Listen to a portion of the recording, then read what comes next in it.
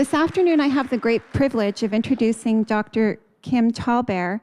I've admired her greatly. I've listened to her on Media Indigena regularly, and now I have a beautiful face to put to her name. She's an associate professor in the Faculty of Native Studies at the University of Alberta. She's a Canada Research Chair in Indigenous Peoples, Technoscience, and Environment. She is also a Pierre Elliott Trudeau Foundation Fellow.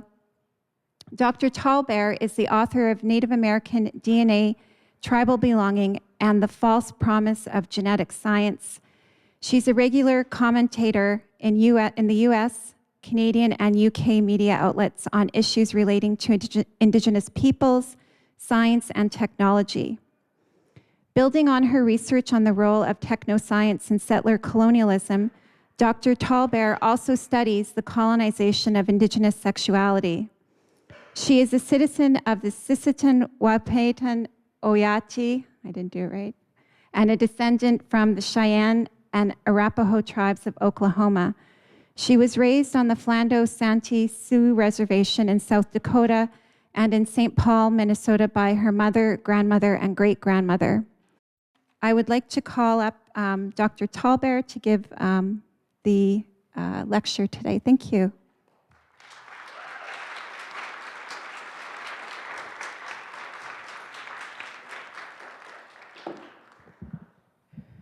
So my title has changed. I don't know when it's going to come up. It's still about non-monogamy, but it's a different title, so I don't want to scare you by this more boring title. And I'm hoping it's a somewhat sexy talk because it's about non-monogamy, but it's also densely theoretical, so get ready.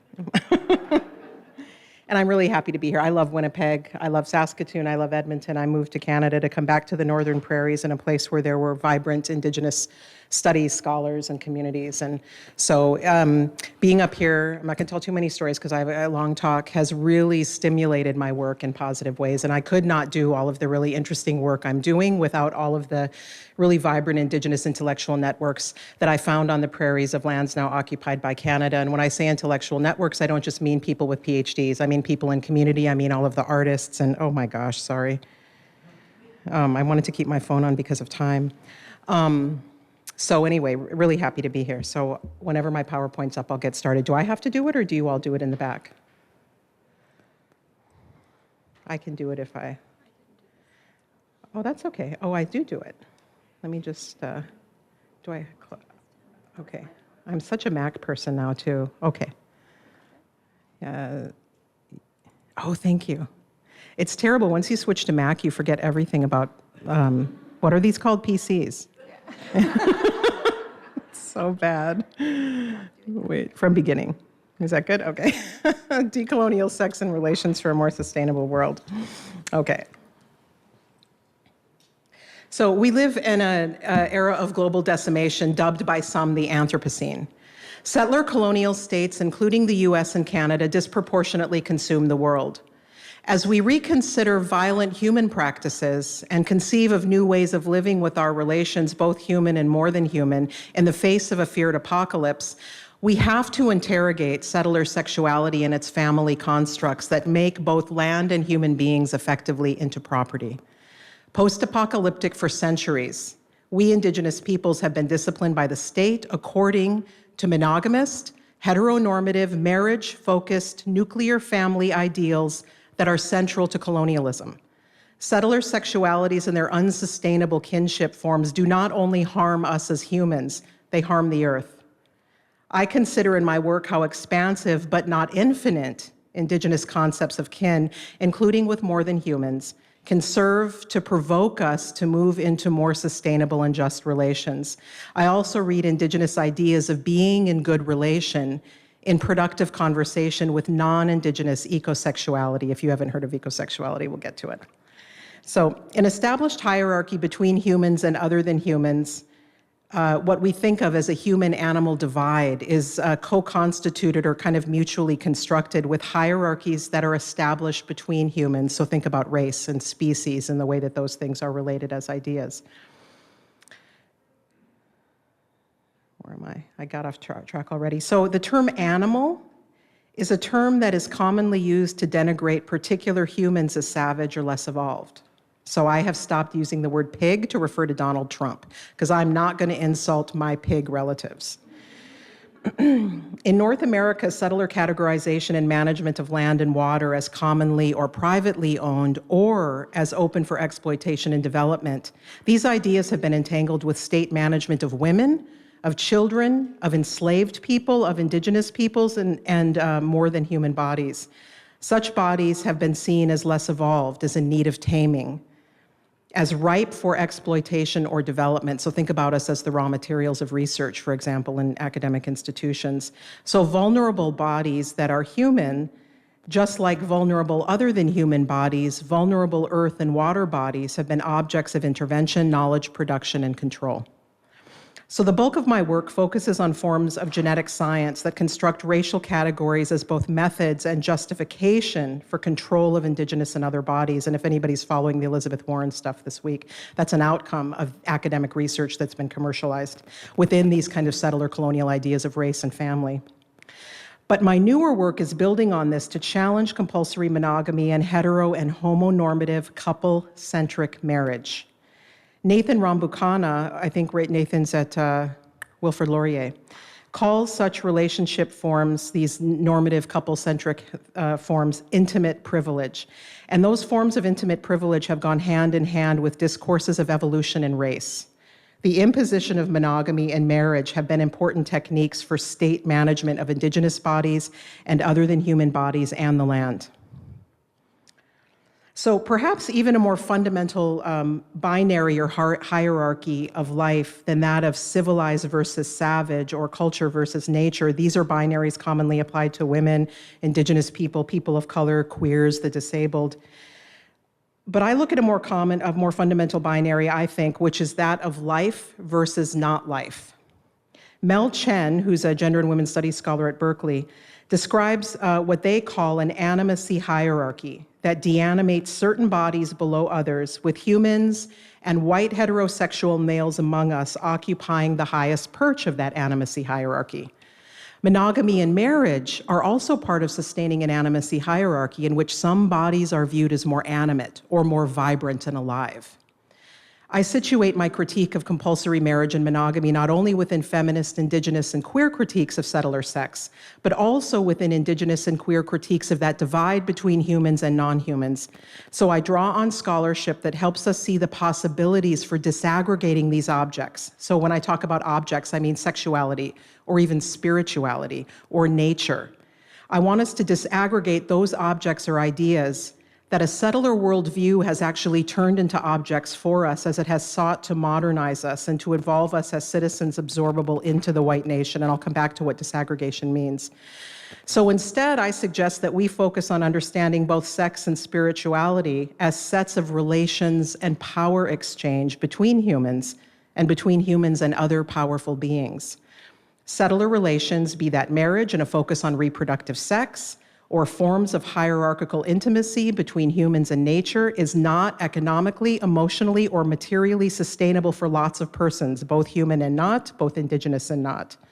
So I want us to think about maybe not going back or not going forward because I resist linear narratives, but I want to think about us kind of going back into forms of indigenous relationality and other critical relations, maybe in sort of a web of relation that can offer us more sustainable intimacies for our own lives and for the planet.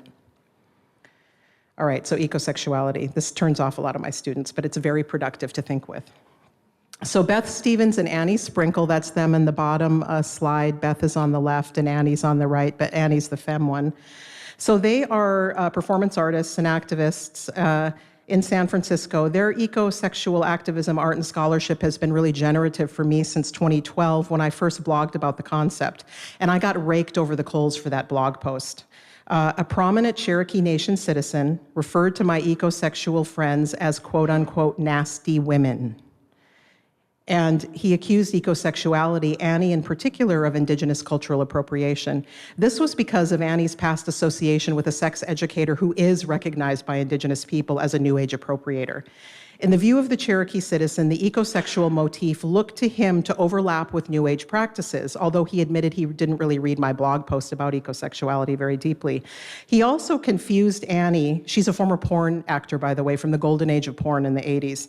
He confused her with another porn actress who claims to be, quote unquote, part Cherokee. The Cherokee citizen, who is himself gay identified, went even further. He worried that the gay community becomes a haven for, quote, every sexual drag society has to offer, GLBTIIQLMFAO, unquote. And now we should add E to that already too multiple term. The problem, according to him, began when lesbians refused the gay moniker.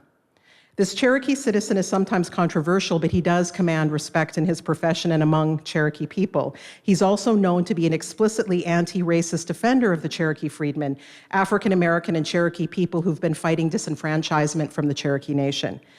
So it's not only this Cherokee nationalist who's triggered by ecosexuality. I've had many students, when I teach ecosexual material, also worry about cultural appropriation, although I've yet to be convinced that this is happening by ecosexuals who I mostly see avoid invocations of Indigenous references.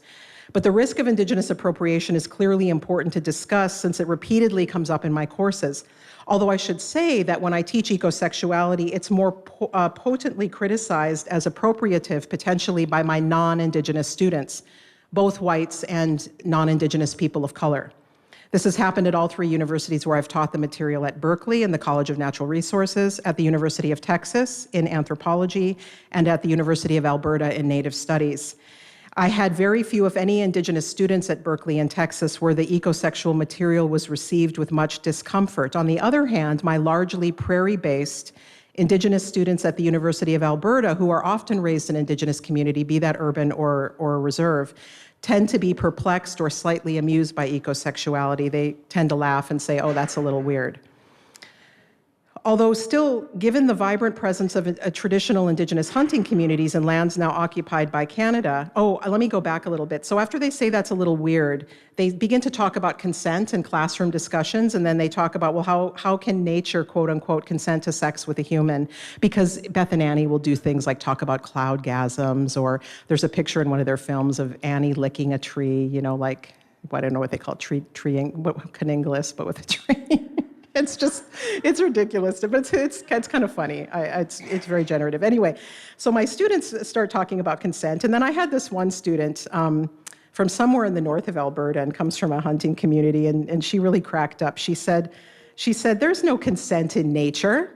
You know, she said, I could walk through a wooded area and that branch could fall on my head and kill me. Does that rain ask me if it can rain on me? And so it was interesting. So we had this interesting conversation where some of the Indigenous students are kind of laughing at the idea of thinking about consent in nature. And I said to them then, what if I pressed you a little bit, pressed the student? Could you refine that statement and think about, if not consent in our relationships with nature, what values do guide human and other than human relations? And human and other than human relations in quote unquote nature sometimes result in death, right? We eat our relatives. So what underlying kinds of values guide being in good relation when you're eating your relatives? So taking this conversation from sex with humans to intimate relations with other than humans is a very ethically complicated kind of thing to do, right? And it requires a lot of translation between different worldviews and different languages. And that's the kind of conversation that ecosexuality produces in my classroom. And I think that's really generative, especially if we have people and I hang out with them where we remind them, be careful of the Indigenous appropriative kind of tendencies of some of your followers of this kind of social and artistic movement. I want everybody to take seriously ethics of Indigenous relationality. And how do you do that? By actually knowing and conversing with Indigenous people and us thinking hard on that. So Beth and Annie also remind me when I talk about ecosexuality's theoretical generativity that they are emphasizing playfulness. But ecosexuality as a concept has obviously prompted me for about 6 or 7 years now to deconstruct this broader relationship of sexuality, which is why I bring it up. It's not only Indigenous ideas, but it's also non-Indigenous ideas that are kind of provoking me to think, because we think against non-Indigenous ideas that are so pervasive, right? And that's a generative act to be thinking against what they're doing and telling us all the time. So I want to talk a little bit about Indigenous ecoeroticism now. This is Melissa Nelson on this slide. She's Turtle Mountain Chippewa and professor of American Indian Studies at San Francisco State University. If you haven't read her work on the Indigenous ecoerotic, you'll want to. It's the last chapter in this relatively new book edited by Joanne Barker and published on Duke University Press called Critically Sovereign. In fact, I think Mashana Goman, who's coming here this year to talk, has a chapter in this book too. So I'm going to quote at length from Melissa Nelson's recent essay in this edited collection, because Nelson is actually pulling apart the object of sex in this passage, and from a more Indigenous kind of storytelling point of view. Okay, so I'll quote at length here. It's beautiful. In the face of such sensuous ecological encounters, both ordinary and spectacular, I step outside the sense of myself as a contained being. I am no longer a solid center, but part of an unending field of entwined energies. I'm connecting to another greater life force, embodied in dirt, the material soil and source of matter. Whether watching a simple brown sparrow bathing in a mud puddle on a street or smelling the aromatic heat off a sage plant, these encounters stimulate, arouse, awaken, and excite me in profoundly meaningful ways. They can break my heart open, take my breath away, make me shed tears, or force me to listen with the ears of my ancestors. In these moments, I often feel dwarfed, in awe, vulnerable, even shocked. And in the act of sex, I often feel these same emotions, these vulnerable feelings combined with a strange sense of authentic and surging power. It is in these moments of disappearing and ego extinction in the sexual act that most of us find solace and bliss. This relief from our persona helps us get in touch with a deeper sense of being. Some would say a larger sense of self, an ecological or even cosmological self. So before I talk about more recent work that I've been doing related to non-monogamies and Indigenous kin-making, I want to continue Melissa Nelson's very loving intellectual spark in this book and take more time to pull apart so-called sexuality itself. So one of the main theorists that I use to do this disaggregation work is my friend David Shorter. He's an anthropologist and Indigenous studies scholar at UCLA, and I'll quote David. I think you can read along. Sexuality is not like power. Sexuality is a form of power. And of the forms of power, sexuality in particular might prove uniquely efficacious in both individual and collective healing. Further, I will suggest that sexuality's power might be forceful enough to soothe the pains of colonization and the scars of internal colonization. And just as an aside, our show TP Confessions that's on tonight, one of my co-producer, Tracy Bear, who's I think giving where's her lecture on Indigenous erotica? Is that here at U of M? Okay. So Tracy, one of the reasons that we got together and did TP Confessions, which is a indigenized sexy storytelling show, she said when she started doing the missing and murdered Indigenous women work and the work with Walking with Our Sisters, she said back then when you Googled Indigenous women and sexuality, all you saw was violence. And she set out to change that. And so she has this amazing class. I'm going to cry because she's so amazing. This doesn't usually happen. At U of A, that's incredibly oversubscribed. And what she does in that class is has her students come in and learn to speak openly about sexuality in a positive way, but some of that also, of course, brings up trauma, because we have a lot of trauma because sex has been used as a weapon by the colonizer. So what we're trying to do, I think, in that show is do what David Shorter is illustrating here, which is that sexuality can be a form of power that helps us heal, not only something that's used as a weapon. So that's kind of the underlying current of what I'm doing and what Tracy's doing and what our show is doing. So in his essay entitled simply Sexuality, David Shorter focuses on, and excuse my gringo pronunciation, I'm not a very good Spanish speaker, Moreya Kamem, healers, seers, who are powerful people among the OMA, and Indigenous people living on both sides of the US-Mexico border.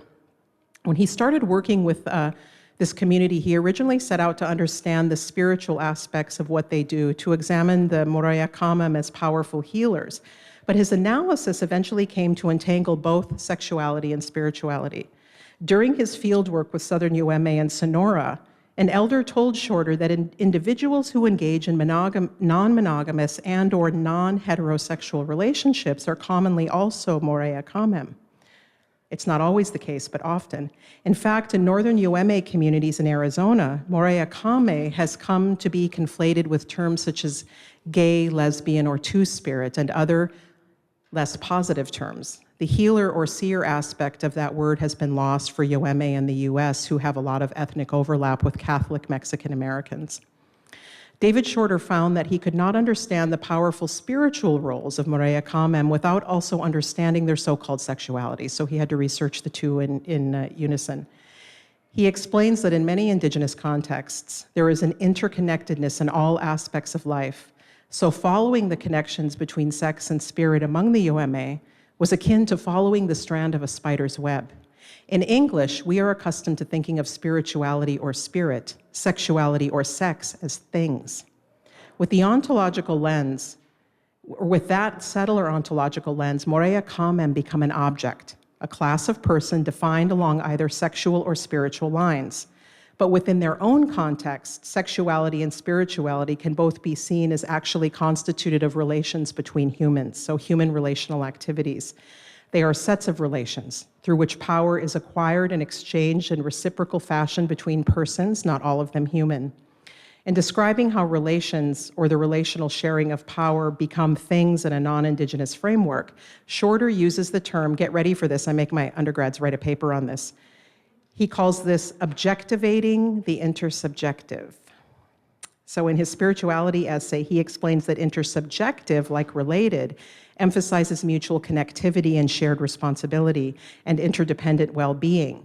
So we might think of sexuality, spirituality, and nature too as not things at all, but as sets of relations in which power circulates, and material sustenance too. We might resist objectivating the intersubjective.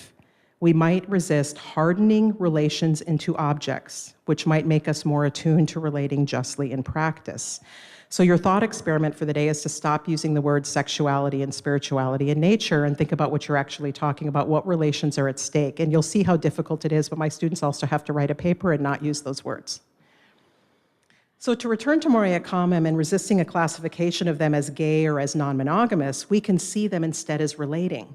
They have reciprocity with, and they receive power in their encounters with spirits, with ancestors, with dreams, and with animals, and also in the human realm when they use their power to see for or heal other humans who are suffering from, say, love or money problems, addictions, and other afflictions of mind and body.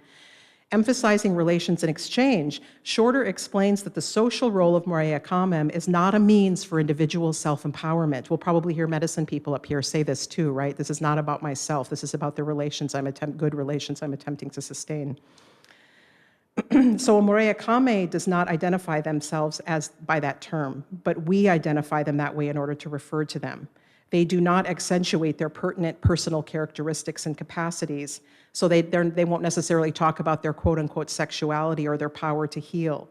Shorter explains that Morea Kamem as healers focus on their work in community and that they work tirelessly and selflessly to maintain right relations, so they themselves are resisting having their relational activities and power objectified. They probably wouldn't use that word, but.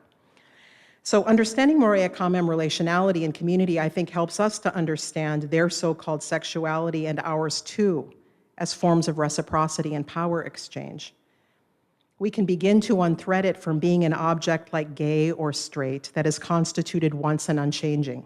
So-called sexuality is one form of relating and sharing of power that is reconstituted over and over based on the intersubjective dynamism of two or more persons. Shorter encourages us to see that for Morea Kamem and for all of us, sexuality can be understood as a way of being that directly and intentionally mediates social relations across the family, clan, pueblo, tribe, and other forms of relations, including other than human persons. So with this understanding, then, sexuality begins to look more like a type of power, one capable of healing.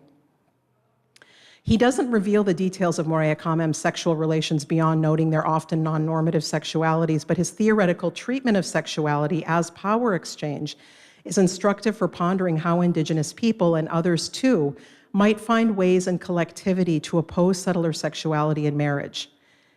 Given the goal then of thinking relationally, what might indigenizing sexuality mean?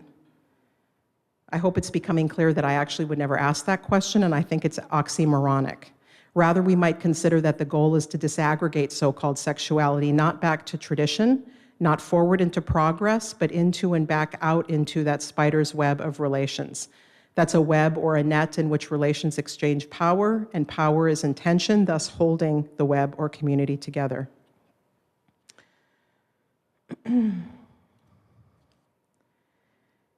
Loreno, I should be done by 1:15, right? So we can, yeah. So I talked about a thought experiment about not using the words, what did I say, sex, spirituality, and nature. So I want to talk a little bit more about spirituality really quickly. So we see the slippage between what English calls spirituality and sexuality in Melissa Nelson's passage about communion between human bodies or between a human and a sage plant. For me, the feeling she describes of connecting to another greater life force, embodied in the material soil and source of matter, what breaks open my heart and takes my breath away, what makes me shed tears and forces me to listen with the ears of my ancestors, what brings up those feelings in me is both communion with other human bodies and with the earth. Some might say a higher power is involved, but is it not also awesome, the power that circulates through and between material bodies, including the planet and skies? Nelson recounts her erotic relationship with dirt as a child, eating it and taking it into her body. For me, it's not the taste of earth, but I take it deep into me through the related sense of smell. So I experienced a really erotic moment like this recently in Regina, actually. I was lying in a hotel room, this was during the summertime, and of course, it gets dark really late, right? And I'm already in bed because I'm old. And so I was lying in this hotel room bed and there was still light in the sky. And then I turned on my side toward the window and the curtains were wide open and there was this vast thundering light show going on. So this is one of the things I love about the prairies. So I went to sleep inhaling the scent of the earth's body, which is that prairie soil lifted by rain. And this is a very formative smell for me. I was born and raised in what's now Minnesota and South Dakota, and we had these amazing thunderous, lightning storms. And that smell is just the most, like when you go in, you're just like there's not, it's like if you smell a lover, I think it's better for me, frankly, to smell the earth on the rain, there's just nothing better than that. So that's kind of what she's getting at, right? In this sort of way, why we maybe shouldn't divide the erotic between human and non-human bodies. So I just want to say really quickly on settler sexuality, and I didn't tell you about the pictures, but I don't want to run out of time. I take the term settler sexuality from a non-Indigenous queer theory scholar, Scott Morgenson, I think Scott's at Queen's. Many of you probably know his work. So this is his definition, and the top one is very succinct. It's the heteropatriarchal and sexual modernity exemplary of white settler civilization. And if that's too succinct and you need more, the bottom one might be better.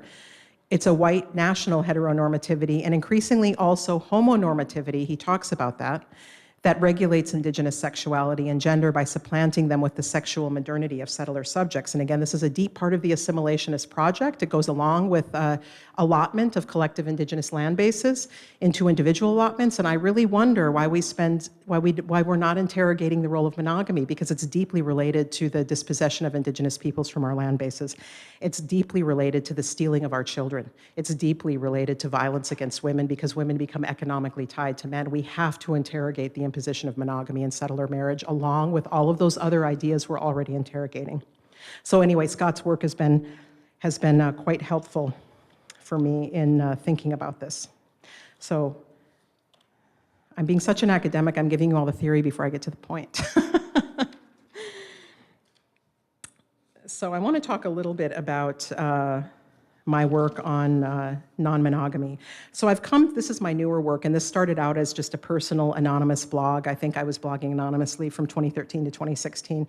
And then I started getting invitations to do talks and interviews. I was like, oh no, I gotta come out about it, because I like doing talks and interviews. So when I moved to Canada from Texas, I became, I don't want to use the word come out of the closet, but that's what I did about this. So I come to this newer work on sexuality and kin-making via multiple parallel threads that suddenly veered together, braiding themselves in my work.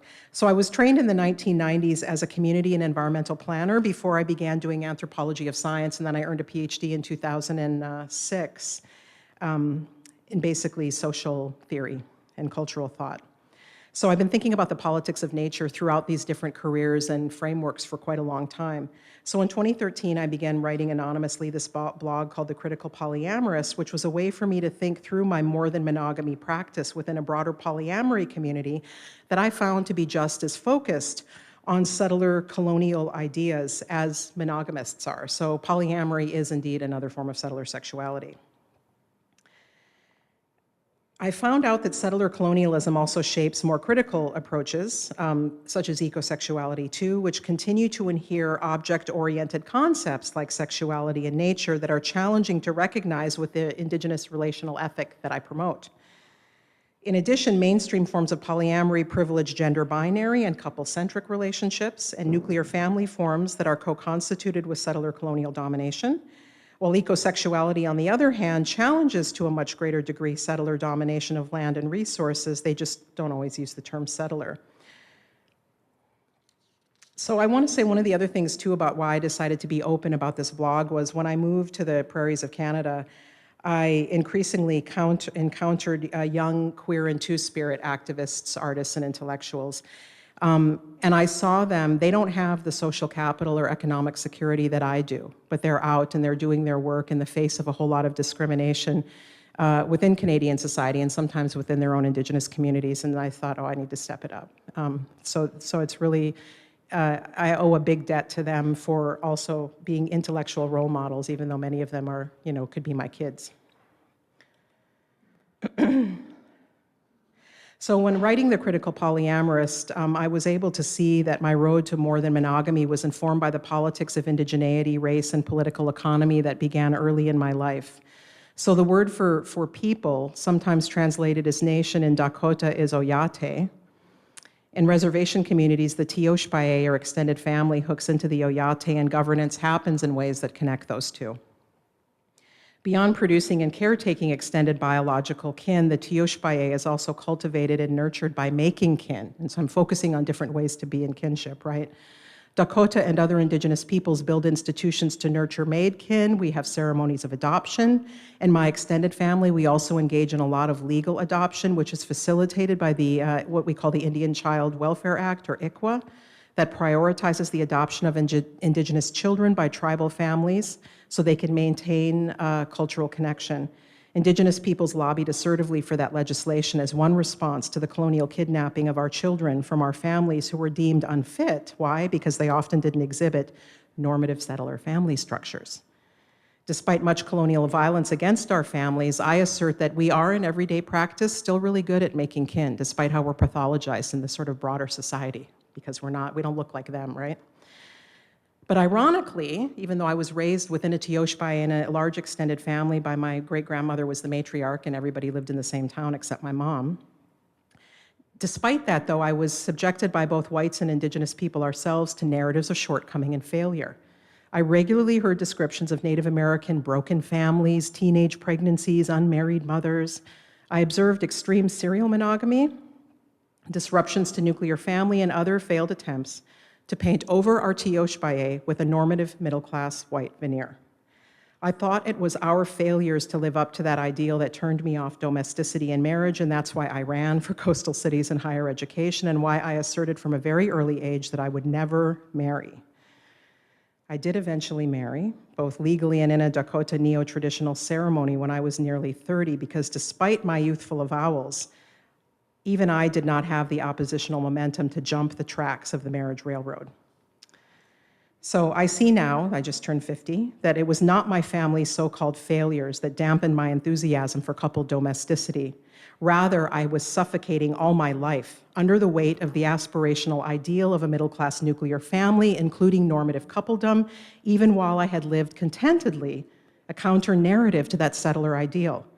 Unsurprisingly, the feeling of suffocation intensified after marriage, despite the feminist and anti-racist tendencies of my male co-parent, who was always our child's primary caretaker. I do not blame him as an individual. for my misery in the monogamy and marriage system. He did the best he could to help make a livable space for me. And while I had no trouble bonding with my child as an individual human being, I could not shake my feeling of unease with the settler family structure, including its oppressive pronatalism. In polyamory communities, we call that the escalator. When you meet, you start dating, you have sex, you move in, you're gonna have a baby, you're gonna buy a house, you're gonna die. You know, it's like a one-way escalator, and you know what the end is. Those two gravestones. I hate graveyards. I'm like, why is it all these couples with gravestones? I gotta find some other way to do it. So, of course, there were babies born into my extended Dakota family. People have sex. Bodies beget life. But I did not see in my community a kind of pronatalism co-constituted with nation-state building, an overture necessarily aimed at dispossessing Indigenous peoples of our human and more than human relatives. Instead, and I have only just now put words to this, very recently, I grew up with an implicit mandate that our TIOSPAYE must caretake kin across the generations as part of caretaking the OYATE. Some of our kin are born to us, and some of them come to us in other ways. The roles of grandparents and aunties and uncles are revered as much as are the roles of fathers and mothers. I grew up in a very pro-kinship world, but settler state oppression simultaneously sparked in me an explicit non-natalism that is central to my rejection of the US nationalist project. If pronatalism involves reproducing the middle-class settler family structure, no matter the race or sexual orientation of the middle-class family, I lament it. Decolonization can involve individual choices, but those are co-constituted with structural change. Therefore, we must also collectively oppose the settler system that marks Indigenous and other relations as deviant. So we can make our intellectual theorizations and quote-unquote lifestyle choices, some of us to a greater degree than others, right? I can be out as a polyamorous. Many of you probably could not if you wanted to be.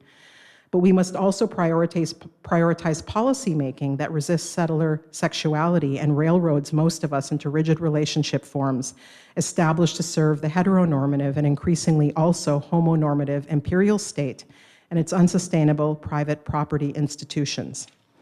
So I'm going to jump ahead to some visuals here because I think it's important to sort of wrap up my thinking about how marriage and monogamy are entangled in all of these other kind of settler impositions that we're so good at critiquing. So I want us to unimagine settler relations.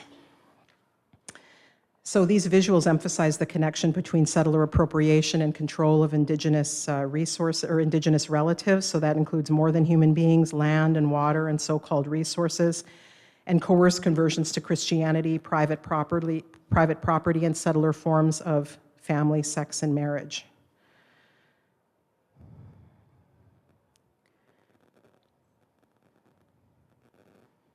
So these are kind of the settler outcomes we get from Indian land for sale. So beautiful, right?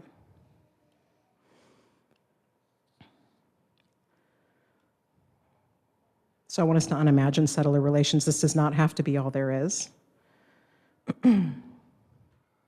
So I know it's a little US-centric, but wait, it's coming. I've only done this in the US, so it's not only conservatives who would be Nazis. This is ubiquitous. This is what we're supposed to aspire to, right? This is what makes us good citizens, legitimate to have a voice. And if we don't fit into this, settler culture's notions of love, marriage, and family in hetero, homo, and human-centric and mononormative forms do not have to be all there is.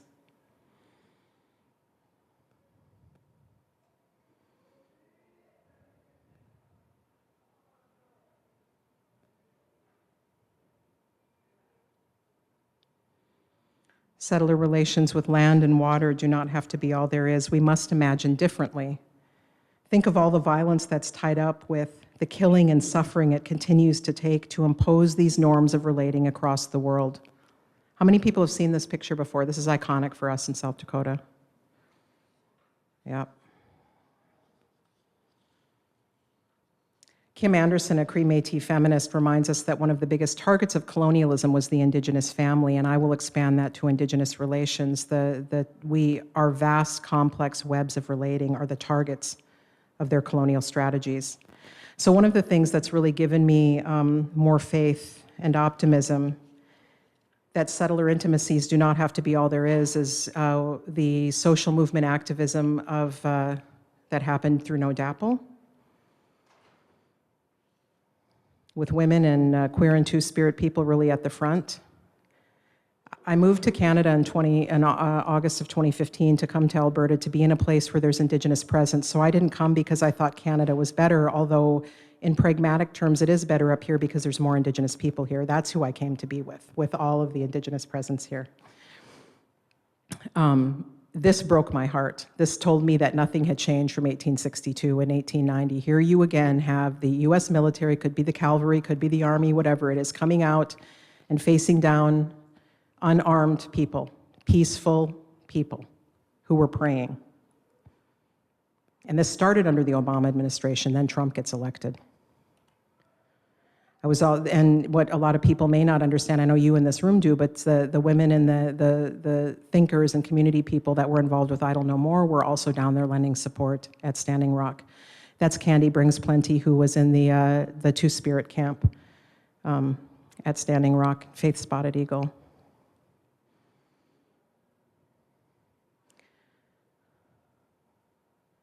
I view, and I know this is my Indigenous perspective, it may not be how Black people think about it, but I also, it's queer people and women, right, at the front of Black Lives Matter, who have been really involved in these movements, and I view them as also attempting to caretake their kin and caretake their people. So very interesting that we've got women, queer and two-spirit people at the lead. So I will leave you with my critical polyamorous blessing.